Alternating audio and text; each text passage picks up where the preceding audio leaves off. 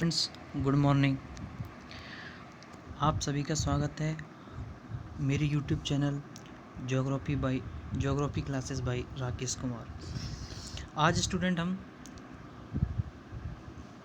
Human geography, जो कि BA second year का पेपर पार्ट सेकंड है, उसके अंतर्गत जो हमारा टॉपिक है वो है थ्योरी ऑफ ह्यूमन ज्योग्राफी, यानी मानव भूगोल के सिद्धांत।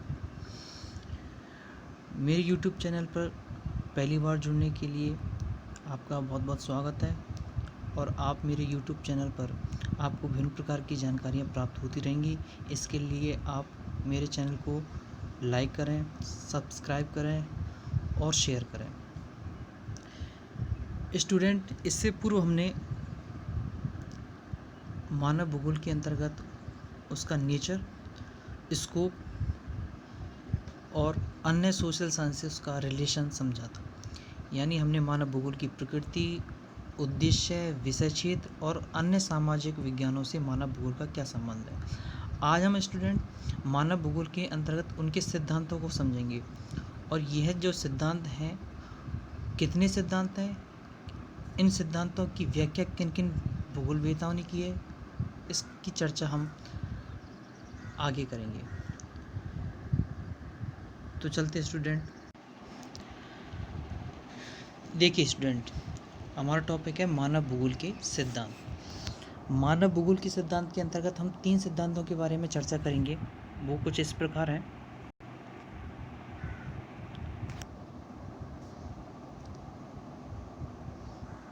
पहला है क्रियाशीलता का सिद्धांत, दूसरा है पार्थिविकता का सिद्धांत और तीसरा है वातावरण समायोजन का सिद्धांत।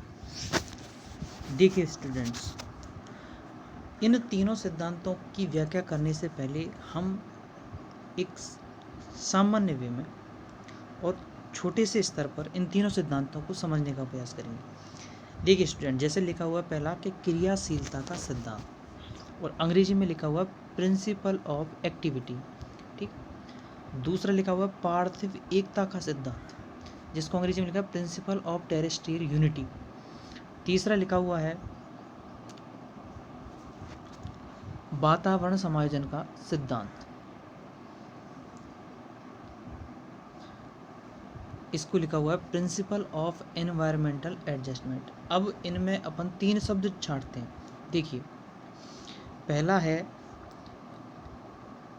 एक्टिविटी, दूसरा है यूनिटी और तीसरा है एडजस्टमेंट, ठीक है।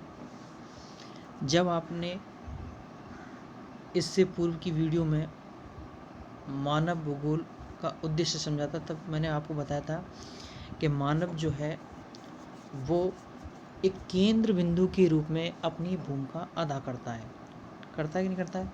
मैंने आपको एक डायग्राम भी बताया था, जिसमें एक तरफ मैंने लिखा था प्राकृतिक वातावरण और दूसरी तरफ लिखा था मैंने सांस्कृतिक वातावरण, और इन दोनों के मध्य में मैंने मानव की भूमिका को समझाया था। फिर मैंने बताया था इसका रिलेशन इससे भी है और इसका रिलेशन इससे भी है, ठीक है। आगे हम देखते हैं स्टूडेंट,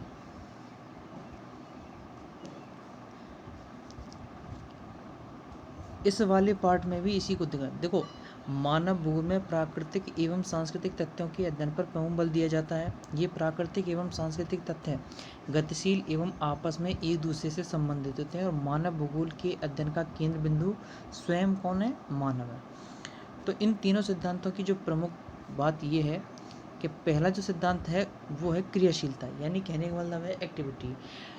इसका तात्पर्य ये है कि चाहे कोई भी मानव हो, चाहे वो प्राकृतिक वातावरण के अंतर्गत रहने वाला मानव हो, चाहे सांस्कृतिक वातावरण के अंतर्गत रहने वाला मानव हो, वह हमेशा एक्टिव रहता है और अपनी एक्टिविटी को, मतलब कहने का मतलब है वो एक स्थान पर ना रहकर विभिन्न क्षेत्रों में अपनी एक्टिविटी को बताता है, यानी विभिन्न प्रकार के क्रियाकलाप संपादित करता है, क्रियाशील है।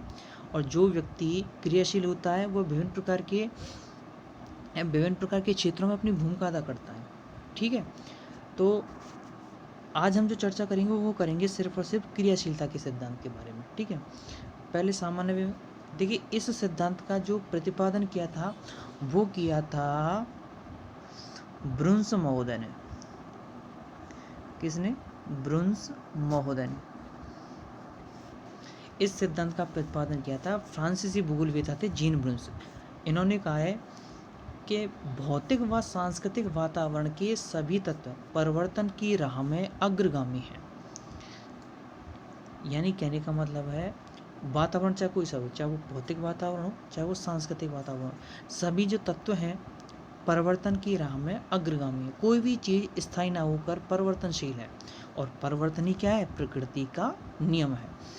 पृथ्वी का कोई भी भौतिक भाव हो, चाहे वो सांस्कृतिक का हो चाहे वो प्राकृतिक हो, सभी में परिवर्तन होते रहते हैं। अर्थात कोई भी वस्तु स्थायी नहीं है, सभी वस्तुएं परिवर्तनशील है। इसी के साथ साथ इन्होंने अपने कथन भी कहा है क्रियाशीलता के सिद्धांत के अंतर्गत कि प्रत्येक वस्तु या तो बढ़ रही है या घट रही है, वास्तव में कुछ भी गति रहित या स्थायी नहीं है। ये किसका कथन है? फ्रांसीसी भूगोलवेत्ता ब्रुन्स महोदय का। अब जाहिर सी बात है, आपने इससे पूर्व बीए फर्स्ट ईयर में एक सिद्धांत समझा था, महाद्वीपीय विस्थापन सिद्धांत। उसमें बताया ना महाद्वीपों का विस्थापन हो रहा है और आज भी हो रहा है। प्लेटें खिसक रही हैं, प्लेटें टूटती भी हैं। तो जाहिर सी बात है प्लेटों का टूटना, खिसकना, एक दूसरे से विस्थापित होना, ये सब किसके? हलचल के, परिवर्तन के। अर्थात परिवर्तन निश्चित है, और परिवर्तन निश्चित है तो जाहिर सी बात है उसकी वस्तु स्थिति सभी के सम्मुख एक ना एक या किसी भी समय हमको दिखाई दे सकती है। ठीक है स्टूडेंट। इसी के साथ साथ विश्व के जितने भी सभी जड़ और चेतन वाले पदार्थ हैं, यानी सजीव और निर्जीव प्रकृति के जो पदार्थ हैं, या भौतिक प्रकार के हों, सांस्कृतिक हो, उनमें भी परिवर्तन होता रहता है। इनके रूप, रंग, गुण, अवस्था, वस्तु स्थिति आदि क्रियाकलापों में परिवर्तन होता है। इनकी एक निश्चित क्षमता होती है, एक निश्चित सीमा होती है जिसमें परिवर्तन होता रहता है। अब आगे अगर हम इसका ढंग से विस्तार से अध्ययन करें तो देखें, मनुष्य के चारों ओर विद्यमान भौतिक एवं सांस्कृतिक वातावरण के सभी तत्व परिवर्तनशील हैं। प्रत्येक कारक में प्रतिक्षण कुछ न कुछ अंतर या परिवर्तन होता रहता है। स्वयं पृथ्वी एवं पृथ्वी पर विद्यमान सभी तत्व, जड़, चेतन, प्राकृतिक, सांस्कृतिक आदि सभी तत्व समय परिवर्तन के साथ बदलते रहते हैं। इनमें प्रमुख जो भूमिका है वो स्टूडेंट समय की है। हमारे चारों ओर जितनी वस्तुएं भी सब कैसी हैं? परिवर्तनशील है। तो देखो यहाँ लिखा हुआ है कि फ्रांसीसी संभववादी भूगोलवेत्ता जीन ब्रुन्स के अनुसार प्रत्येक वस्तु या तो बढ़ रही है या घट रही है, वास्तव में कुछ भी गति रहती या स्थायी नहीं, क्योंकि भूगोल के भौतिक तथा मानवीय तत्व निरंतर परिवर्तनशील दृष्टि से उनका अध्ययन किया जाना। तो यहाँ से एक चीज़ स्पष्ट कर लेना कि क्रियाशीलता या परिवर्तन के सिद्धांत के जो प्रतिपादक हैं वो हैं फ्रांसीसी भूगोलवेत्ता जीन ब्रुन्स। ठीक है।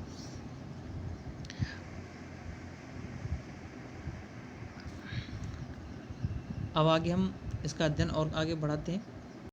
अब देखिए स्टूडेंट, यहाँ से एक चीज़ निकल के सामने आती है कि परिवर्तन प्रकृति का नियम है। हर वस्तु में, हर जड़ या चेतन वाली वस्तु में परिवर्तन होता रहता है, यानी कोई भी चीज़ स्थायी ना रहकर अस्थायी है। तो यहाँ से आप एक चीज़ नोट करेंगे और वो है कि परिवर्तन प्रकृति का नियम है। ठीक है। इसके विभिन्न क्षेत्रों में परिवर्तन होता है, यानी क्रियाशीलता के अंतर्गत, परिवर्तनशीलता के अंतर्गत धरातल का या इस पृथ्वी का कोई भी ऐसा क्षेत्र नहीं है जो स्थायी हो। कैसा है? अस्थायी है, परिवर्तनशील है। मानव भी स्वयं चंचलशील है, क्रियाशील है, वो एक स्थान पर नहीं बैठता है, विभिन्न क्षेत्रों में कुछ ना कुछ करता रहता है, कुछ ना कुछ क्रियाविधि करता रहता है, नई नई खोजें करता है। तो जब मानव ही स्थायी नहीं रह सकता तो इस धरातल पर या इस भूमि पर या इस पृथ्वी पर कोई भी चीज़ स्थायी कैसे रह सकती है? यहाँ तक कि सूर्य, चंद्रमा, तारे, ये भी सब कैसे हैं? परिवर्तनशील है। अब इन परिवर्तनशील कारकों के प्रमुख कारक कौन हैं, यानी परिवर्तन के उत्तरदायी कारक कौन कौन से हैं? तो स्टूडेंट इसके 3 उत्तरदायी कारक हैं। पहला है भौतिक शक्तियाँ, दूसरा है जैविक शक्तियाँ और तीसरा है यानी ये 3 फैक्टर ऐसे हैं जो इस परिवर्तनशीलता को प्रभावित करते हैं।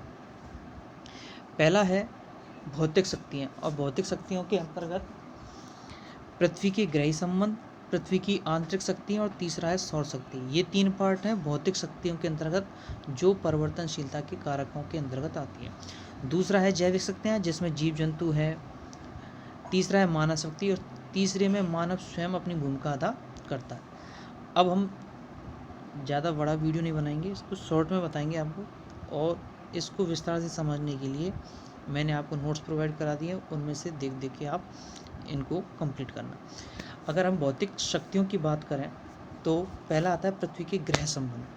हम जानते हैं कि सौर मंडल के प्रेजेंट में 8 ग्रह हैं, जिनमें पृथ्वी भी अपना एक ग्रह, और पृथ्वी 2 प्रकार की गतियाँ करता है, एक तो परिक्रमण गति करता है और एक परिभ्रमण गति करता है।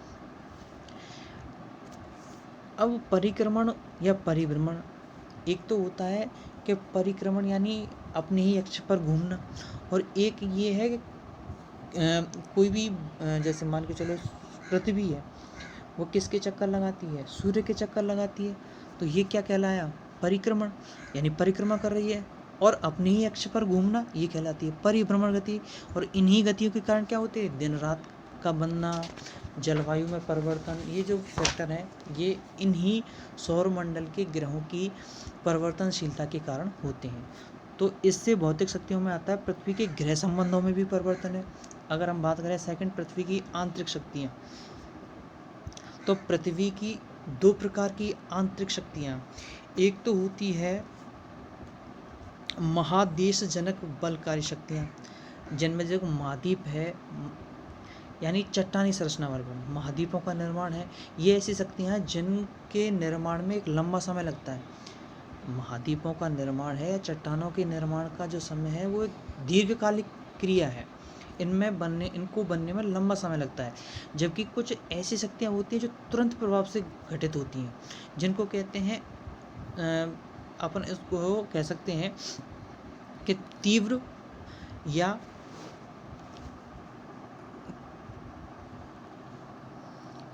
एक मिनट स्टूडेंट, पहला जो बल है या पहली जो शक्ति है वो महादेशजनक बल, और दूसरा है आकस्मिक शक्ति जो तुरंत प्रभाव से घटित होती है, जैसे ज्वालामुखी है, भूकंप है।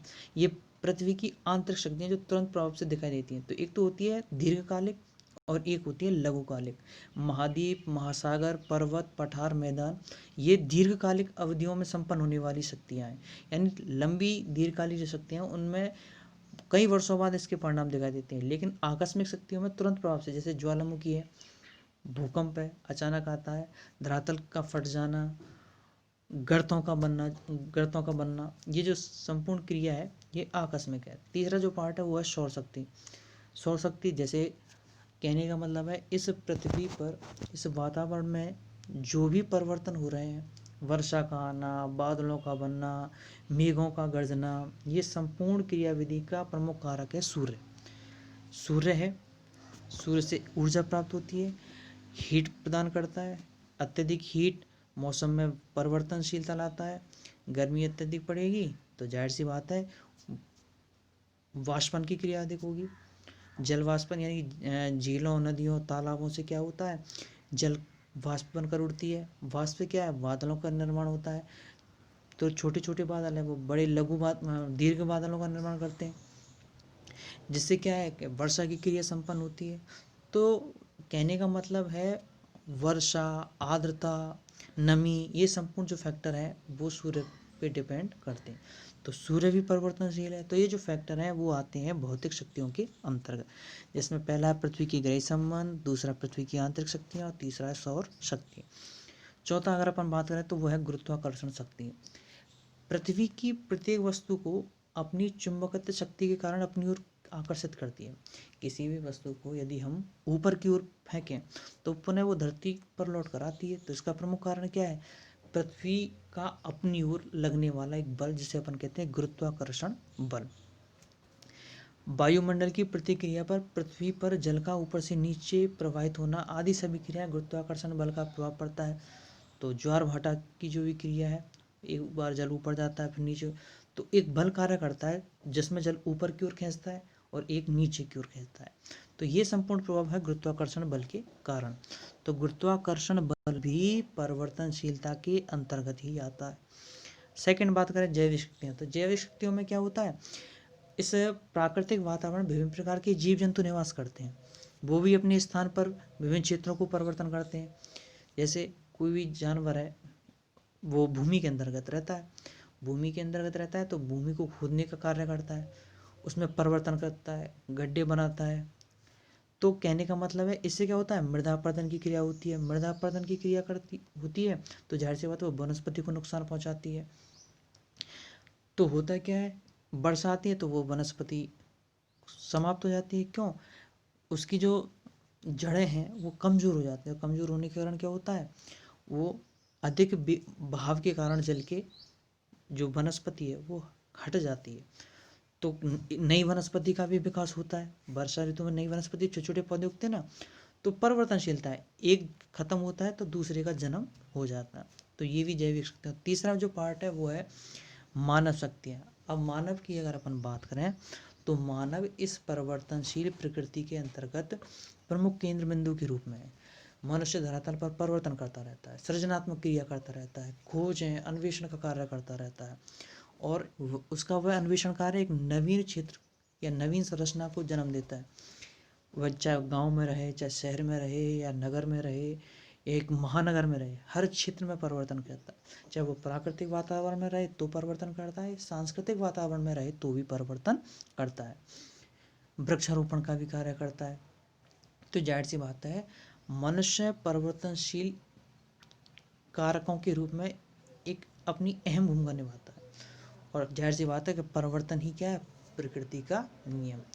तो यहाँ से हम एक चीज़ और समझने का प्रयास करते हैं, परिवर्तन की सार्वभौमिकता।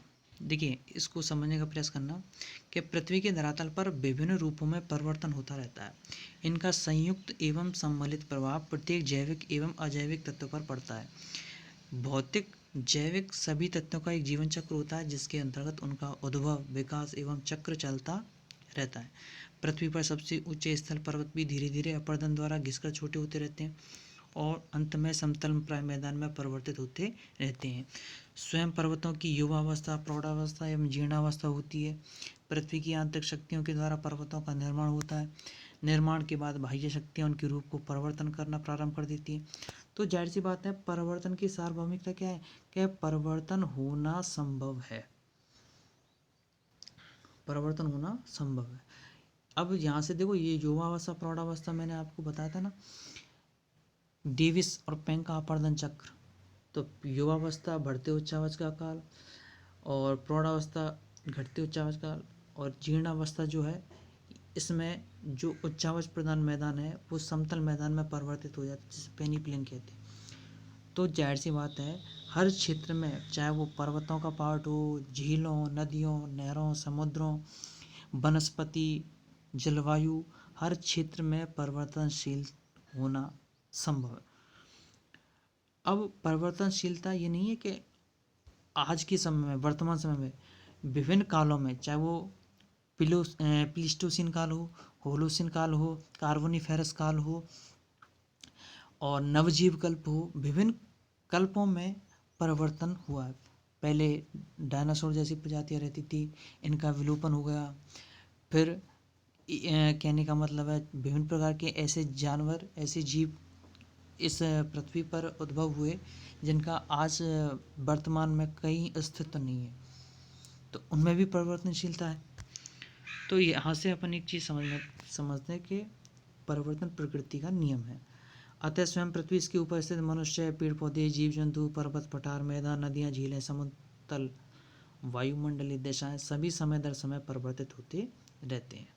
तो जाहिर सी बात है परिवर्तन की सार्वभौमिकता ये है, तो इस पार्ट को भी आप याद करना।